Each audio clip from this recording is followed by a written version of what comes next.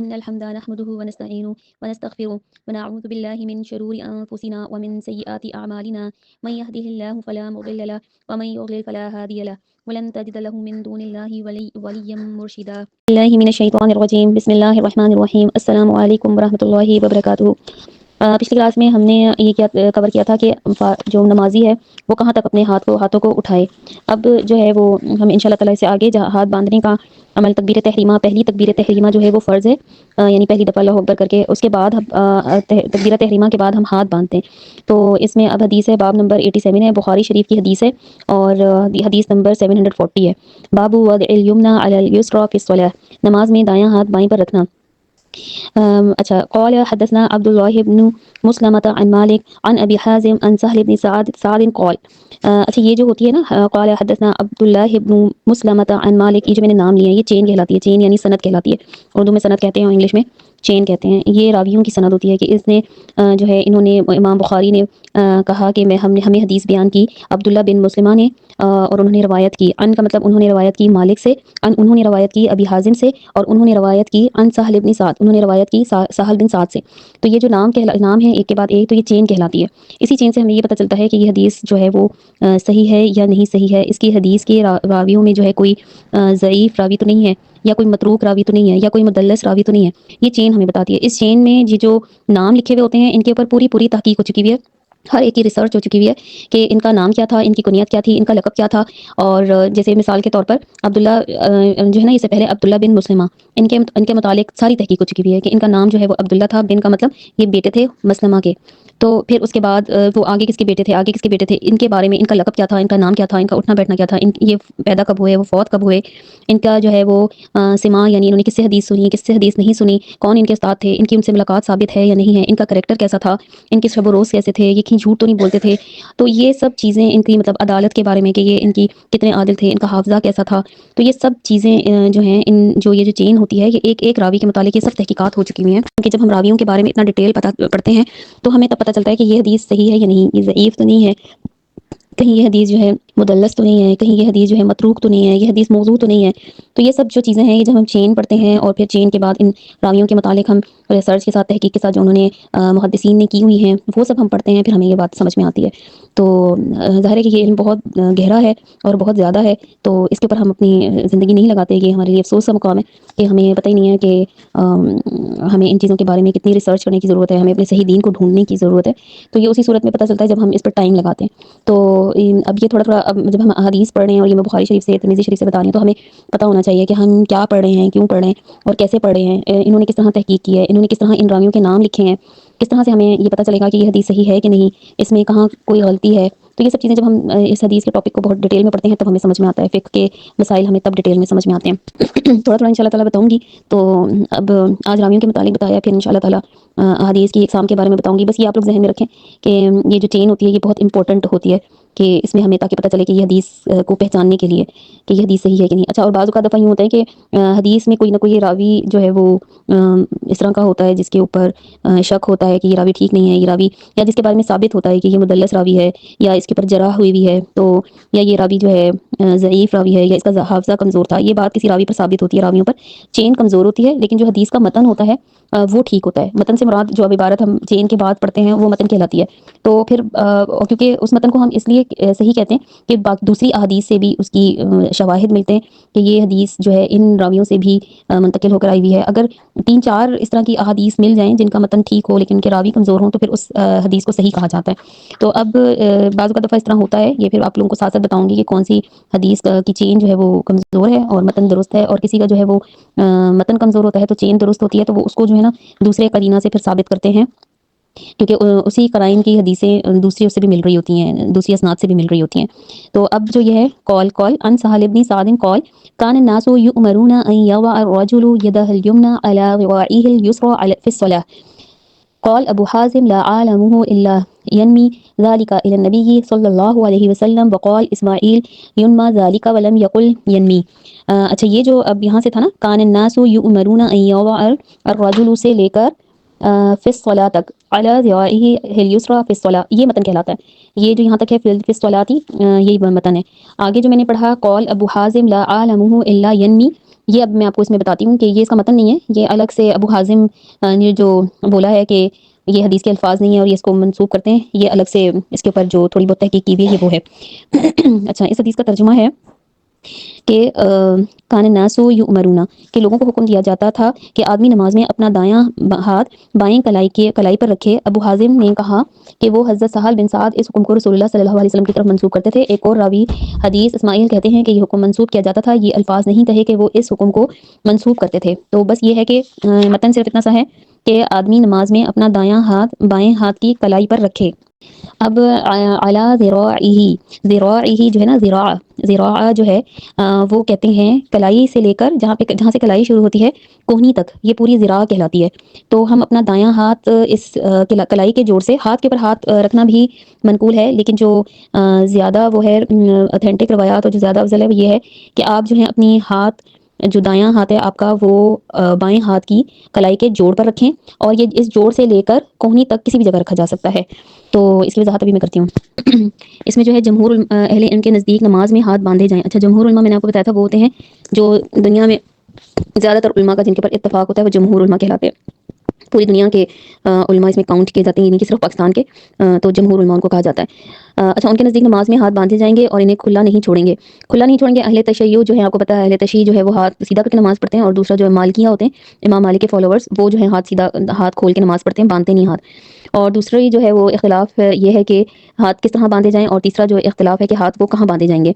یہ جو حدیث ہے اس میں ہاتھ باندھنے کی تفصیل ہے کہ کچھ جو ہے باندھنے کا ذکر ہے، اور کچھ کیفیت کا بھی بتایا ہوا ہے کہ اپنا دایاں ہاتھ بائیں ہاتھ کی کلائی پر رکھا جائے، لیکن کلائی کس مقام پر رکھا جائے اس کی وضاحت حضرت وائل بن حجر کی روایت میں ہے کہ رسول اللہ صلی اللہ علیہ وسلم نے اپنے دائیں ہاتھ کو اپنے بائیں کی پشت پر، جوڑ پر اور کلائی پر رکھا۔ ایک دوسری روایت میں کہ رسول اللہ صلی اللہ علیہ وسلم نے جب نماز شروع کی تو اللہ اکبر کے بعد آپ نے اپنے دائیں ہاتھ کو بائیں ہاتھ پر رکھ لیا۔ ایک روایت میں صراحت ہے کہ رسول اللہ صلی اللہ علیہ وسلم نے اپنے بائیں ہاتھ کو دائیں ہاتھ سے، رسول اللہ صلی اللہ علیہ وسلم اپنے بائیں ہاتھ کو دائیں ہاتھ سے پکڑ لیتے تھے۔ اور جو رکھنے کی جگہ ہے اس کی صراحت یہ ہے کہ ہاتھوں کو سینے پر رکھا جائے۔ حضرت وائل بن حجر رضی اللہ تعالیٰ عنہ فرماتے ہیں کہ میں نے رسول اللہ صلی اللہ علیہ وسلم کے ساتھ نماز پڑھی، آپ نے اپنا دایاں ہاتھ اپنے بائیں ہاتھ کے اوپر سینے پر رکھا۔ اور چوتھی بات اس میں یہ ہے کہ حضرت سہل بن سعد رضی اللہ تعالیٰ عنہ سے مروی حدیث کے مطابق بائیں کلائی پر دایاں ہاتھ رکھا جائے تو دونوں ہاتھ خود بخود سینے پر آ جائیں گے۔ سینے پر رکھنے کی تصدیق اس روایت سے بھی ہوتی ہے کہ جس کے الفاظ ہیں کہ رسول اللہ صلی اللہ علیہ وسلم نے اپنے ہاتھ اپنے سینے پر رکھتے تھے۔ اور پانچویں جو یہ بات ہے کہ زیر ناف ہاتھ باندھنے کی ایک بھی حدیث صحیح نہیں ہے، کوئی بھی حدیث اس بارے میں نہیں ہے۔ میں نے پچھلی کلاس میں بتایا تھا کہ ناف سے نیچے جو مرد ہاتھ باندھتے ہیں اس کی کوئی بھی صحیح حدیث نہیں ہے، تو یہ دوبارہ اس کی صراحت ہے یہاں پر۔ اچھا، سینے پر ہاتھ باندھنا عاجزی کی علامت ہے، نماز میں فعل عبث سے رکاوٹ ہے، دل کی حفاظت اس سے ہوتی ہے، اور خشوع جو ہے اس کے لیے زیادہ مناسب ہے، کہ خشوع اس سے زیادہ آتا ہے اگر آپ ہاتھ سینے پر باندھیں تو۔ امام بخاری رحمۃ اللہ علیہ نے اس کو ملحوظ رکھتے ہوئے جو ہے نا وہ کہ خشوع ہوتا ہے، تو اس سے جو اگلا انہوں نے حدیث بیان کی ہے وہ خشوع کے متعلق حدیث بیان کی ہے، چونکہ دل نیت کی جگہ ہے۔ عام طور پر انسان جس چیز کی حفاظت کرنا چاہتا ہے اس پر دونوں ہاتھ رکھ لیتا ہے۔ ان روایت کے پیش نظر ہمیں بھی دایاں ہاتھ بائیں ہاتھ پر اس طرح رکھنا چاہیے کہ دایاں ہاتھ بائیں ہاتھ کی پشت پر جوڑ اور کلائی پر آ جائے، پھر دونوں ہاتھوں کو سینے پر رکھا جائے تاکہ تمام روایات پر عمل ہو جائے۔ گویا ہاتھ باندھنے کے 3 طریقے ہیں۔ نمبر 1، دائیں ہاتھ کو بائیں ہاتھ پر رکھا جائے۔ نمبر 2، دائیں ہاتھ کو بائیں ہاتھ کے جوڑ پر رکھا جائے۔ اور نمبر 3 جو ہے وہ یہ کہ دائیں ہاتھ کو بائیں کلائی پر رکھا جائے۔ کلائی پر رکھ کر کوہنی کو پکڑنا کسی حدیث سے ثابت نہیں ہے۔ بعض اوقات لوگ جو ہیں وہ کیا کرتے ہیں کہ اپنی پوری کلائی پہ ہاتھ رکھ کر کوہنی پکڑ لیتے ہیں، تو کوہنی پکڑنا جائز نہیں ہے۔ ہاتھ باندھنے کے متعلق مردوں اور عورتوں میں کوئی فرق نہیں ہے کہ عورتیں سینے پر ہاتھ باندھیں اور مرد جو ہے وہ زیر ناف ہاتھ رکھیں، یہ تفریق جو ہے وہ غیر شرعی ہے۔ رسول اللہ صلی اللہ علیہ وسلم نے مرد اور عورت کے طریقہ نماز میں کوئی فرق نہیں بتایا۔ عام مشاہدے کی بات ہے کہ جب ہاتھ زیر ناف باندھے جائیں تو بایاں ہاتھ اوپر اور دایاں ہاتھ نیچے ہوتا ہے، جبکہ ہمیں اس کے برعکس حکم دیا گیا ہے، یعنی دایاں ہاتھ اوپر اور بایاں ہاتھ نیچے ہو۔ یہ ہو گئی ہماری بخاری شریف سے اس کی پوری تمہید۔ اب دوسری حدیث میں اسی بارے میں ترمذی شریف سے بتاتی ہوں۔ اب یہ ہے اس میں ترمذی شریف میں جو ہے باب ما جاء فی وضع الیمین علی الشمال فی الصلاۃ، نماز میں دایاں ہاتھ بائیں ہاتھ پر رکھنا۔ اس میں جو ہے حدیث ہے حدثنا قتیبۃ حدثنا ابو الاحوص عن سماک بن حرب عن قبیصۃ بن حلب عن ابیہ۔ اب یہاں تک عن ابیہ تک جو ہے نا یہ چین ہو گئی۔ اب اس کے آگے جو ہے قول کے آگے جو ہے وہ ہے متن ہے کان رسول اللہ صلی اللہ علیہ وسلم یؤمنا فیأخذ شمالہ، کہ رسول اللہ صلی اللہ علیہ وسلم ہماری امامت کرواتے تو اپنا بایاں ہاتھ دائیں ہاتھ سے تو اپنا بایاں ہاتھ دائیں ہاتھ سے پکڑ لیتے. اور اب یہ جو ہے نا اس میں جو وہ سیدنا وائل کی بین حجر کی تھی، تو یہاں پہ دوسری انہوں نے اسی چین سے وہ بیان کی ہے، حدیث بیان کی ہے. سوری، دیکھیں ابو عیسیٰ کا جو امام ترمذی رحمۃ اللہ علیہ تھے، ان کا نام تھا ابو عیسیٰ. تو ابو عیسیٰ یعنی کہ امام ترمذی فرماتے ہیں کہ اس مسئلے میں سیدنا وائل بن حجر، غطیف بن حارث، ابن عباس، ابن مسعود اور سہل بن سعد رضی اللہ عنہم کی روایات بھی آئی ہیں. امام ترمذی رحمۃ اللہ علیہ بیان فرماتے ہیں کہ حلق کی حدیث حسن ہے. اہل علم، صحابہ تابعین اور ان کے بعد کے حضرات کا یہی موقف ہے کہ انسان نماز میں اپنا دایاں ہاتھ بائیں ہاتھ پر رکھے. بعض کا خیال ہے کہ دونوں ہاتھ ناف سے اوپر رکھے، اور بعض کا اور ان کے ہاں دونوں کی گنجائش ہے، یعنی کہ آپ یا تو سینے پر رکھیں. انہوں نے یہ کہا ہے کہ یا تو سینے پر رکھیں یا پھر ناف سے اوپر رکھیں. لیکن امام بخاری نے سینے کی ہی ساری احادیث بیان کی ہیں کہ سینے پر ہاتھ رکھنے کا نبی صلی اللہ علیہ وسلم سے زیادہ آپ کو صحیح روایات یہی ہیں کہ سینے پر رکھے جائیں. تو جمہور علماء کے نزدیک تکبیر تحریمہ کے بعد ہاتھ باندھے جائیں گے. اور امام مالک کی بھی ایک روایت یہی ہے، اور خود موطا بھی ان کی روایت آئی ہے. لیکن جو عام مالکی ہیں نا، امام مالک نے تو یہ روایت کی ہے، لیکن جو عام مالکی ہیں جیسے عوام میں آ جاتے ہیں تو وہ عملاً نماز میں ہاتھ چھوڑتے ہیں، نماز میں ہاتھ باندھتے نہیں ہیں، جیسے میں نے بخاری شریف کا آپ کو بتاتے ہوئے ایکسپلین کیا تھا. احناف کے نزدیک عورت جو ہے وہ ہاتھ سینے پر باندھے اور مرد زیر ناف. اور امام شافعی کے نزدیک ایک قول کے مطابق ناف کے اوپر اور دوسرے کے مطابق سینے پر ہاتھ باندھنے چاہیے. امام شافعی کے دو قول ہیں، وہ کہتے ہیں کہ ایک تو ناف کے اوپر باندھے جائیں گے ہاتھ، اور دوسری ان کا جو موقف ہے وہ یہ کہ سینے پر ہاتھ باندھے جائیں گے. امام احمد کے نزدیک تینوں قول ہیں، اور بقول ابن قدامہ اس میں سب کی گنجائش ہے. محدثین کے نزدیک ہاتھ جو ہیں وہ سینے پر باندھے جائیں، اور دلائل کی روح سے یہی راجح اور افضل ہے، کیونکہ بخاری شریف میں بھی ساری یہی والی احادیث روایتیں کہ ہاتھ جو ہیں وہ سینے پر ہی باندھے جائیں گے. تو جو زیادہ تر محدثین ہیں ان کا یہی عمل ہے کہ ہاتھ سینے پر ہی باندھے جائیں. اچھا، سورہ فاتحہ کے بعد جو ہے کوئی نہ کوئی سورت ملائی جائے گی، اور سب سے پہلے جب تکبیر تحریمہ اللہ اکبر کرتے ہیں پھر سبحانک اللہم و بحمدک و تبارک اسمک و تعالی جدک و لا الہ غیرک پڑھتے ہیں. پھر اعوذ باللہ من الشیطان الرجیم، بسم اللہ الرحمن الرحیم، الحمد للہ رب العالمین، الرحمن الرحیم، مالک یوم الدین، ایاک نعبد و ایاک نستعین، اہدنا الصراط المستقیم، صراط الذین انعمت علیہم غیر المغضوب علیہم ولا الضالین، آمین. پھر تھوڑا سا وقفہ دے کے بسم اللہ الرحمن الرحیم پھر کوئی نہ کوئی صورت ملا لیں گے، جیسے ہم نے ملا لی قل هو اللہ احد اللہ الصمد لم یلد ولم یولد ولم یکن لہ کفوا احد. پھر یہاں پہ تھوڑا سا ٹھہر کے پھر اللہ اکبر کر کے جائیں گے ہم رکوع میں. یہاں پہ تھوڑا سا سکتہ کریں گے. نبی صلی اللہ علیہ وسلم جب دوسری صورت ملا کر سجدے میں رکوع میں جاتے تو وہاں پہ تھوڑا سا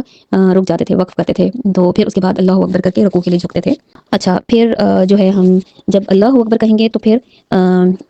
ہم اپنے ہاتھوں کو یعنی رفع الیدین دوبارہ کریں گے. اللہ اکبر کر کے جیسے تکبیر تحریمہ میں ہاتھ اٹھا کر کرتے ہیں، یہ ایک سنت ہے، اور میں نے پہلے بھی ایکسپلین کیا تھا کہ یہ بہت اسٹرانگ سنت ہے جس کو زندہ کرنا جو ہے ہم سب پر ہے کہ ہم اسے زندہ کریں اور ہم اپنے اجر و ثواب میں اضافہ کریں. اس میں آپ کو میں جو کافی لمبی کلاس ہو جائے گی، کیونکہ امام بخاری رحمۃ اللہ علیہ نے اس کے اوپر ایک الگ سے بک لکھی ہے جو کہ جس کا نام ہے جزء رفع الیدین. میں جو ہے متصل جو ہے اسناد کے ساتھ انہوں نے متصل اسناد ہوتی ہیں، منفصل اسناد ہوتی ہیں. تو امام بخاری رحمۃ اللہ علیہ نے جزء رفع الیدین یہ بک کا نام ہے. اگر آپ لوگ شاید انٹرنیٹ پہ ہو، اگر ہوئی تو میں ڈاؤن لوڈ کر کے انشاءاللہ تعالی آپ لوگوں کو بھیجوں گی. اگر اردو میں ہوئی تو میں انشاءاللہ پھر آپ لوگوں کو ڈاؤن لوڈ کر کے بھیج دوں گی. اور اس میں بھی آپ دیکھیے گا کہ رفع الیدین نبی صلی اللہ علیہ وسلم نے جو ہے وہ آخر عمر تک کیا ہے، اپنی وفات تک کیا ہے نبی صلی اللہ علیہ وسلم نے رفع الیدین. تو اس میں ایک بک بھی ہے. باقی یہ ہے کہ اس کی جو میرے پاس ڈیٹیلز ہیں اردو میں، وہ انشاءاللہ میں آپ لوگوں کو اگلی کلاس میں بتاؤں گی، کیونکہ وہ کافی ڈیٹیل میں ہے تو کافی ٹائم لگ جائے گا. حدیث ہے، چین ہے پوری. چین کے بعد حدثنا محمد بن مقاتل قال اخبرنا عبد الله قال اخبرنا يونس عن الزهري قال اخبرني سالم بن عبد الله عن ابيه انه قال. یہاں تک چین ہو گئی. یہ سند تھی جس سند سے راویوں کی سند جن سے جو ہے وہ امام بخاری کا سلسلہ ملتا ہے. اچھا، میں حدثنا محمد بن مقاتل سے شروع کرتی ہوں. تو یہ امام بخاری جو ہے نا، امام بخاری رحمۃ اللہ علیہ کہتے ہیں، اس طرح آئے گا کہ قال امام ابو البخاری حدثنا، کہ ہمیں بیان کی محمد بن مقاتل نے، قال انہوں نے کہا اخبرنا ہمیں خبر دی عبداللہ نے، قال انہوں نے کہا اخبرنا ہمیں خبر دی یونس نے، اور انہوں نے روایت کی اب یہاں پہ عن زہری، انہوں نے روایت کی زہری سے. اب قال کہا زہری نے اخبرنی مجھے خبر دی سالم بن عبداللہ، سالم بن عبداللہ نے، اور انہوں نے روایت عن ابی ہی، انہوں نے روایت کی اپنے باپ سے، انہو کہ بے شک انہوں نے کہا، قال کہا کہ رأیت رسول اللہ صلی اللہ علیہ وسلم، رأیت بمانا میں نے دیکھا رسول اللہ صلی اللہ علیہ وسلم کو جب آپ نماز کے لیے کھڑے ہوتے، اذا قام فی الصلاۃ رفع یدیہ، جب آپ نماز کے لیے کھڑے ہوتے، رفع بلند کرتے یدیہ اپنے ہاتھ، حتی تکون حذو منکبیہ، یہاں تک کہ وہ بلند ہو جاتے ان کے کندھوں کے برابر، وکان یفعل ذلک حین یکبر للرکوع، اور وہ اسی طرح کرتے تھے حین للرکوع یکبر، یہاں تک کہ وہ تکبیر کرتے یعنی ہاتھ اٹھاتے اللہ اکبر کہتے للرکوع کے لیے، ویفعل ذلک اذا رفع رأسہ، اور اسی طرح وہ کرتے اذا رفع، جب اپنا سر اٹھاتے، رفع اٹھاتے رأسہ اپنا سر من الرکوع، رکوع سے، ویقول، اور وہ فرماتے تھے سمع اللہ لمن حمدہ ولا يفعل ذلك في السجود، اور وہ اس طرح نہیں، ولا يفعل، اور وہ نہیں کرتے تھے اس طرح سجدے میں۔ یہ میں نے آج آپ کو لفظی ترجمہ بتا دیا، اس کو میں اس میں ہمام میں بھی بول دیتی ہوں، محاورتاً ترجمہ بھی بول دیتی ہوں۔ میں نے رسول اللہ صلی اللہ علیہ وسلم کو دیکھا جب آپ نماز کے لیے کھڑے ہوتے تھے تو دونوں ہاتھ کندھوں کے برابر اٹھاتے تھے، اور اس طرح جب رکوع کے لیے اللہ اکبر کہتے، نیز جب آپ رکوع سے سر اٹھاتے تو بھی اسی طرح کرتے، اور سمیع اللہ لمن حمیدہ کہتے، اور سجدوں میں آپ یہ عمل نہیں کرتے تھے۔ اچھا، اس میں سے جو مسائل نکلتے ہیں وہ یہ ہیں کہ تکبیر تحریمہ کے وقت رکوع میں جاتے اور رکوع سے سر اٹھاتے وقت اور تیسری رکعت کے لیے اٹھتے وقت دونوں ہاتھوں کو کندھوں یا کانوں تک اٹھانا رفع الیدین کہلاتا ہے۔ بقول امام شافعی اس کا مقصد اللہ تعالیٰ کی عظمت کا اظہار اور رسول اللہ صلی اللہ علیہ وسلم کی سنت کا اتباع ہے۔ دوسرا فائدہ ہے کہ تکبیر تحریمہ کے وقت رفع الیدین پر تمام امت کا اجماع ہے، اور باقی مقامات ثلاثہ میں رفع الیدین کرنے پر بھی اہل کوفہ کے علاوہ تمام علماء امت کا اتفاق ہے۔ یعنی جو صرف اہل کوفہ تھے جب دین پھیل رہا تھا، اور اہل کوفہ تک جب دین پھیلا اور وہاں پر دو مرکز بن گئے تھے نا، ایک جو ہے وہ مکہ مدینہ مرکز بن گیا تھا، اور جب شام اور کوفہ کی طرف اسلام پھیلا اس طرف گیا تو پھر اہل کوفہ کا ایک گروہ بن گیا تھا۔ تو اہل کوفہ جو ہیں ان کے علاوہ تو پھر اس میں اہل کوفہ میں وقت کے ساتھ ساتھ وسعت ہوتی گئی۔ انشاءاللہ تعالیٰ یہ بھی آپ لوگوں کو کسی وقت بتاؤں گی کون سا دور کتنے تک کا، کون سے صحابہ کا کب تک تھا، پھر اس کے بعد تابعین کا کب تک تھا، تابعین کا کب تک تھا، پھر اس کے بعد اہل کوفہ کیسے وجود میں آئے، اہل الرائے کیسے وجود میں آئے، تو انشاءاللہ تعالیٰ یہ ایک الگ ڈیٹیل اور بحث ہے۔ تو جو اہل کوفہ میں جب علم وہاں تک جیسے پہنچا یا پھیل رہا تھا تو وہاں پہ جو تھے انہوں نے صرف اسی سے اختلاف کیا تھا کہ رفع الیدین جو ہے وہ اللہ اکبر سر اٹھاتے وقت نہیں ہوگا، اور پھر یہ پھیلتے پھیلتے دیوبندی، حنفیت اور یہ باقی اس میں چلا گیا، لیکن شروع میں جو ہے تمام وہ کرتے ہوتے تھے، ایون کہ امام ابو حنیفہ بھی کرتے ہوتے تھے۔ اس کی بھی ڈیٹیلز ہیں۔ رسول اللہ صلی اللہ علیہ وسلم نے ساری زندگی اس سنت پر عمل کیا، اور یہ ایسی سنت متواترہ ہے جسے عشرہ مبشرہ کے علاوہ دیگر صحابہ کرام رضی اللہ عنہم بھی بیان کرتے ہیں اور اس پر وہ عمل کرتے تھے۔ اچھا، تو اس حدیث کی بنا پر تمام مسلمانوں کے لیے ضروری ہے کہ وہ رکوع میں جاتے اس سے سر اٹھاتے اور تیسری رکعت کے لیے اٹھتے وقت اللہ کی عظمت کا اظہار کرتے ہوئے رفع الیدین کریں۔ اچھا، یہ میں آپ لوگوں کو بخاری شریف سے بتا رہی ہوں کہ جو ہے یہ امام بخاری رحمۃ اللہ علیہ نے اسے ضروری کہا ہے کہ وہ میں کہہ رہی ہوں نا بہت اسٹرانگ سنت ہے جس پر سب کو عمل کرنا چاہیے۔ تو امام بخاری رحمۃ اللہ علیہ نے اس کو جو ہے سب مسلمانوں کے لیے ضروری قرار دیا ہے کہ وہ جب رکوع میں جائیں تو رفع الیدین کے لیے ہاتھ اٹھائیں، جیسے ہم اللہ اکبر پہلی اللہ اکبر کے لیے ہاتھ اٹھاتے ہیں، پھر سمیع اللہ لمن حمیدہ ربنا ولک الحمد کرتے ہوئے جب ہم دوبارہ سجدے میں جائیں تو اس وقت اللہ اکبر کریں، اور پھر ہم جب جو 4 رکعت والی نماز ہوتی ہے نا، یہ جو بات ہے کہ اس سے سر اٹھاتے اور تیسری رکعت کے لیے اٹھتے وقت، تو جب ہم 4 رکعت والی نماز پڑھتے ہیں تو جب ہم التحیات کر کے اٹھتے ہیں نا، تو پھر ہم نے اس وقت الحمد شریف پڑھنے سے پہلے دوبارہ اللہ اکبر کہہ کر پھر ہم نے الحمد شریف پڑھنی ہے۔ تو یعنی کہ ہم اللہ کی اس میں ہاتھ اٹھاتے ہیں تو اس میں اللہ کی عظمت بیان کرتے ہوئے رفع الیدین کریں۔ رفع الیدین یعنی دونوں ہاتھوں کو اوپر اٹھانا، ید ایک ہاتھ ہوتا ہے اور یدین بمانا 2 ہاتھ۔ اس کے علاوہ حافظ ابن حجر نے رفع الیدین کی چند ایک حکمتیں بیان کی ہیں، جن کا خلاصہ یہ ہے کہ نمبر 1 جو ہے کہ دنیا کو چھوڑ کر کلی طور پر اللہ کی طرف متوجہ ہونے کی علامت ہے، پوری طرح اللہ تعالیٰ کی اطاعت اور فرمانبرداری اختیار کرنے کا اشارہ ہے تاکہ اللہ اکبر کہنے کے ساتھ مناسبت پیدا ہو جائے۔ نماز کی کمال عظمت کا اقرار کرنا ہے جسے نمازی اب شروع کرنے والا ہے۔ اس امر کی طرف اشارہ ہے کہ عابد اور معبود کے درمیان حجابات نماز میں اٹھ جاتے ہیں، یعنی کہ جو عابد ہوتا ہے عبادت کرنے والا، اور معبود کے درمیان حجابات یعنی جتنے بھی پردے وہ نماز میں ختم ہو جاتے ہیں، وہ اٹھ جاتے ہیں۔ سارے بدن کے ساتھ اللہ تعالیٰ کی طرف متوجہ ہونے کے لیے ہاتھ اٹھائے جاتے ہیں۔ حضرت ابن عمر رضی اللہ تعالیٰ عنہ کا ارشاد گرامی ہے کہ رفع الیدین نماز کی زینت ہے، اللہ تعالیٰ کے حضور قیام کی تکمیل رفع الیدین سے ہوتی ہے۔ عقبہ بن عامر رضی اللہ تعالیٰ عنہ کا فرمان ہے کہ ہر رفع الیدین سے 10 نیکیاں ملتی ہیں، یعنی ہر انگلی کے بدلے 1 نیکی لکھی جاتی ہے۔ رفع الیدین سے ما سوا بسم اللہ الرحمن الرحیم، اچھا، اللہ کے حضور قیام کی تکمیل رفع الیدین سے ہوتی ہے۔ عقبہ بن عامر رضی اللہ تعالیٰ عنہ کا فرمان ہے کہ ہر رفع الیدین سے 10 نیکیاں ملتی ہیں، یعنی ہر انگلی کے